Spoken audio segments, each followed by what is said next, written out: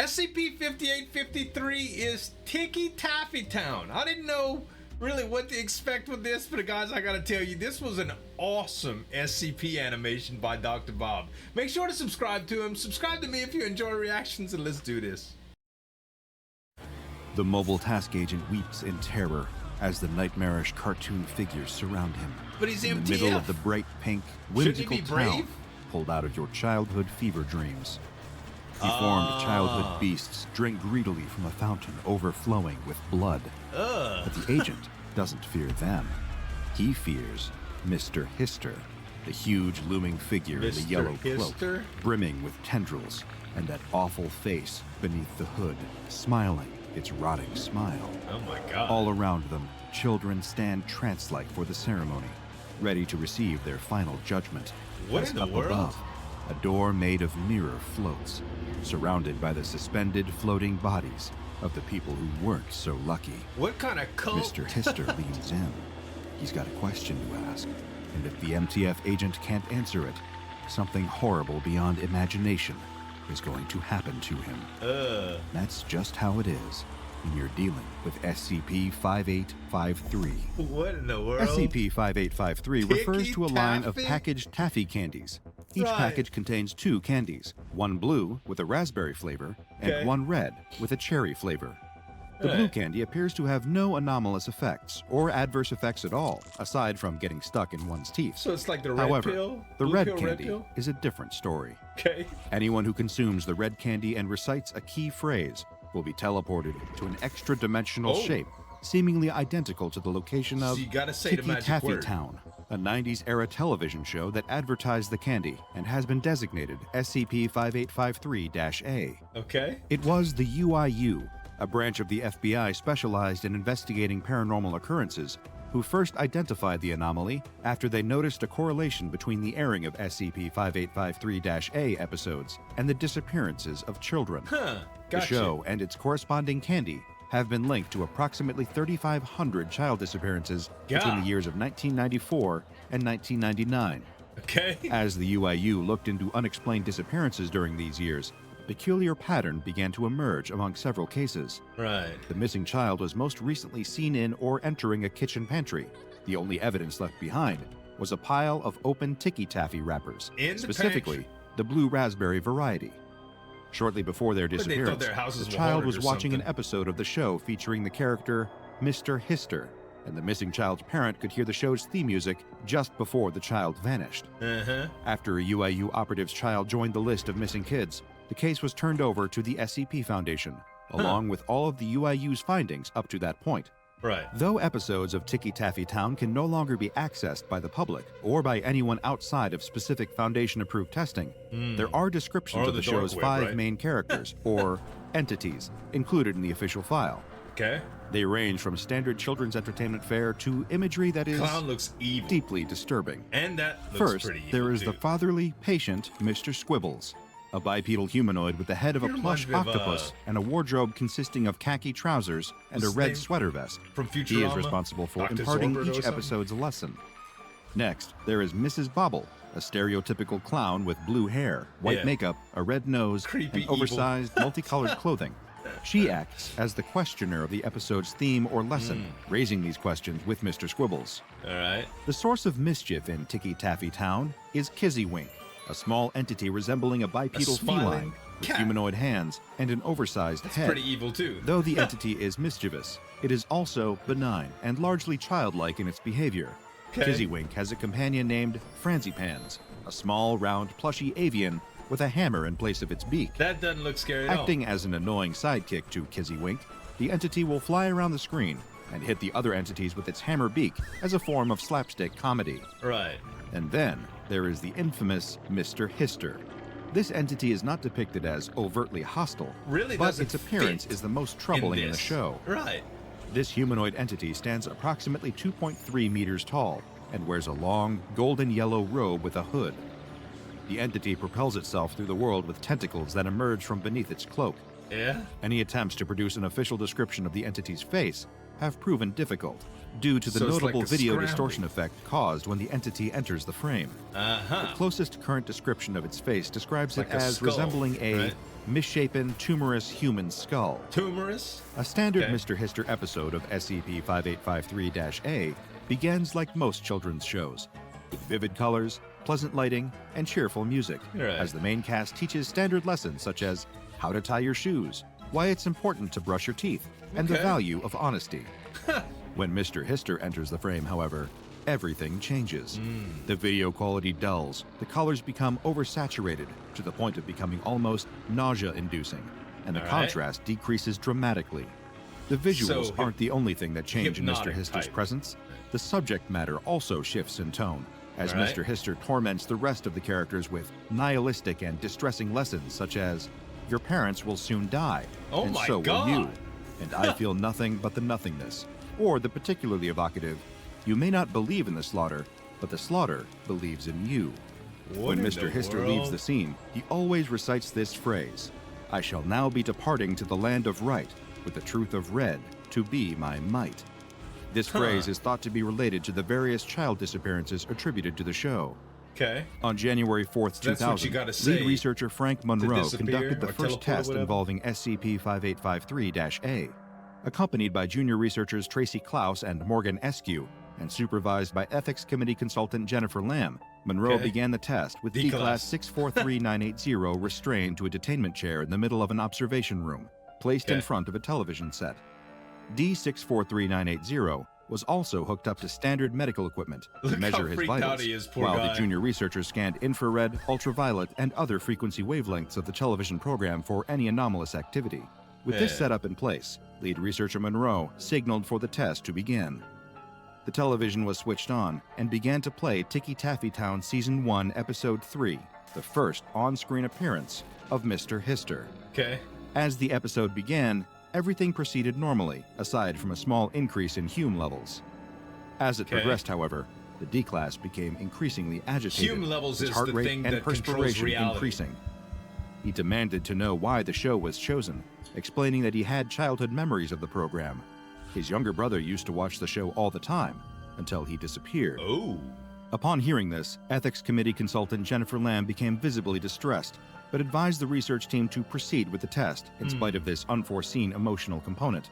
Right. After the episode finished, D643980 was freed from his torso restraints and given Right. a microphone, earpiece, receiver, and shoulder camera mount. Okay. He was then given a package of SCP-5853, at which What a point he strange remarked that he test, ate huh? them as a child, but only ever ate the raspberry flavor, while his brother preferred the cherry. He likes the red. He was instructed to eat the cherry piece, then recite the phrase, "Flesh is not the truth." Oh.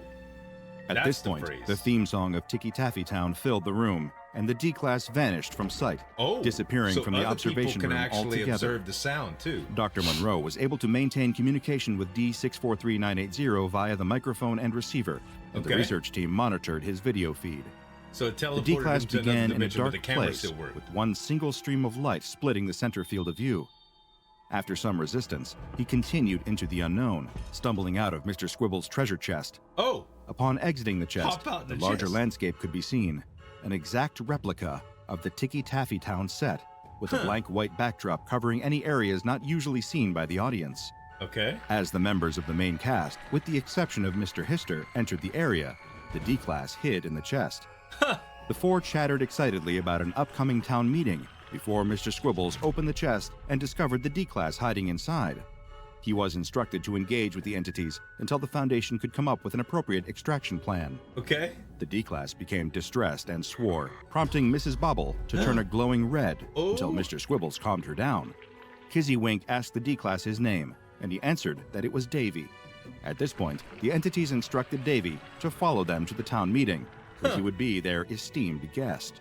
Okay. Together, they left the house, Until entering an Hister area shows up. made up of the miniature town from the show's opening sequence, only grown to full scale. How bizarre, In the man. background was the Can you same imagine? vacant white backdrop, as well as seemingly Be infinite freaked copies out, of the dude. same town I landscape. would be Davy and the freaked group out. followed a long road toward a cobblestone town square. As the research team watched the video feed, they could see that other pathways in the background were occupied by their own versions of the main cast of characters, all walking toward the same central location. These groups were accompanied, much to the horror of the research team, by small children. People, Each of the houses along the path was printed with a number corresponding to an episode of Ticky Taffy Town that featured Mr. Hister. According to the research team's calculations, this amounted to 31 episodes of the show that were actively able to steal children. Dr. Monroe suggested sending in a mobile task force, but Jennifer Lamb refused to sign off on the request, concerned about the unknown nature of the location and the potential ramifications of sending MTF members inside. Right. While the research team was debating about the next steps, Davy and his new friends reached the town square. There were over 100 entities and 200 children gathered together there. Wow. Some children were weeping, others stood silently, eyes ringed with dark circles from lack of sleep. Every single one of them looked utterly terrified.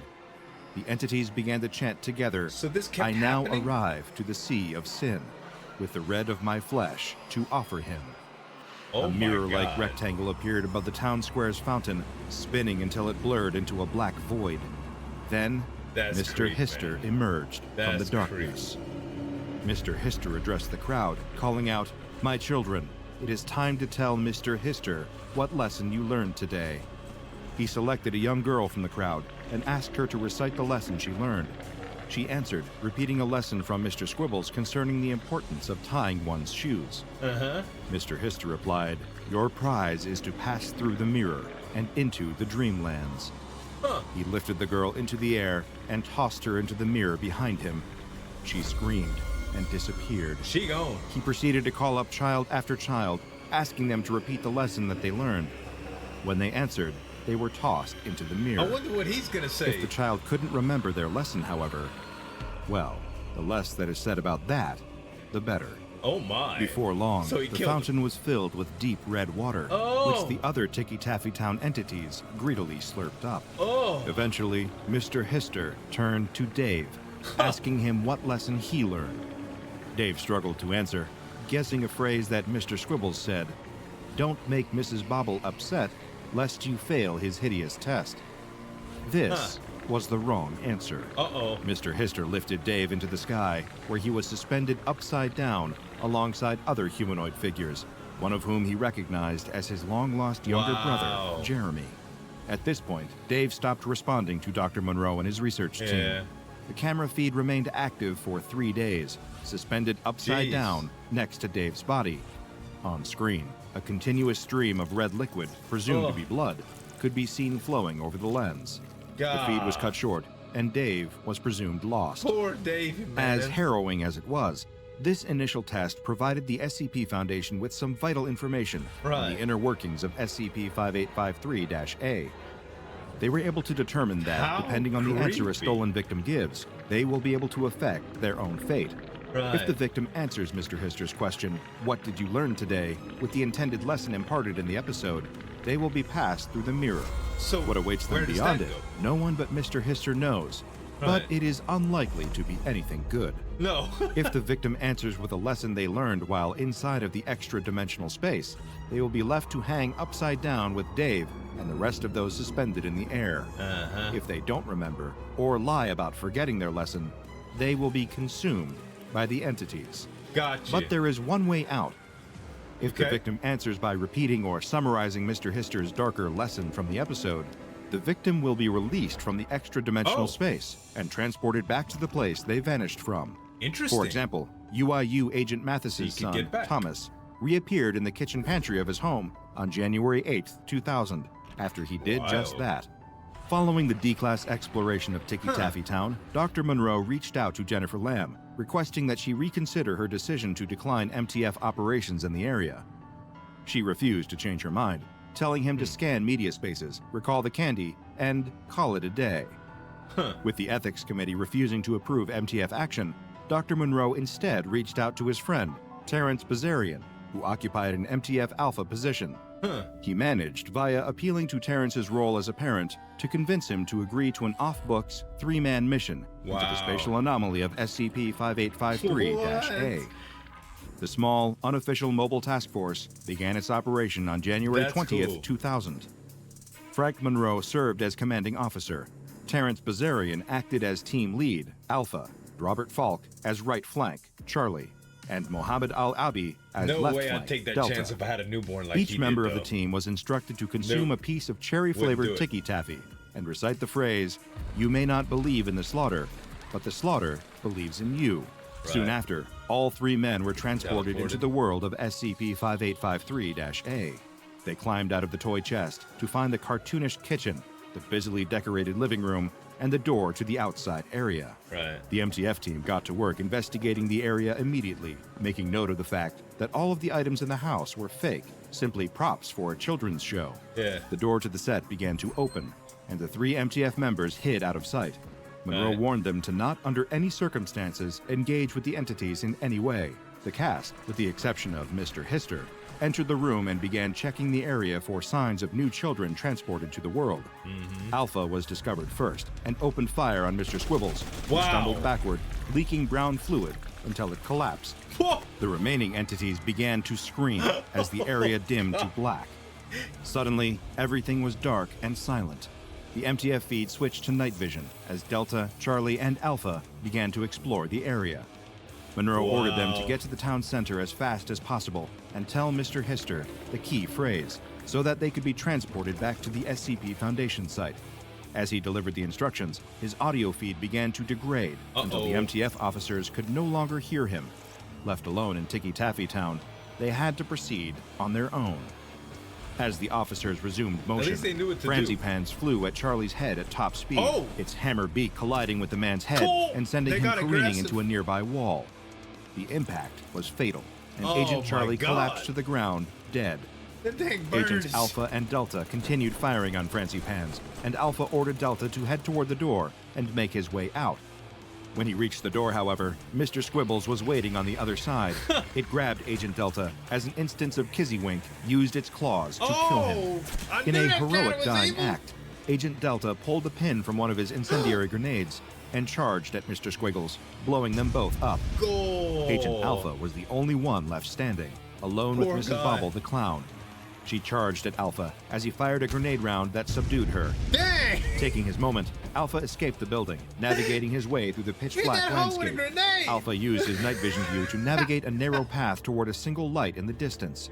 He walked for approximately overkill, 182 minutes, at which point he remarked on the sensation of the path deepening, lengthening, and pulling him down. He began to approach the town square before everything faded to static. When Alpha's video feed returned, he was standing in front of a white wooden door.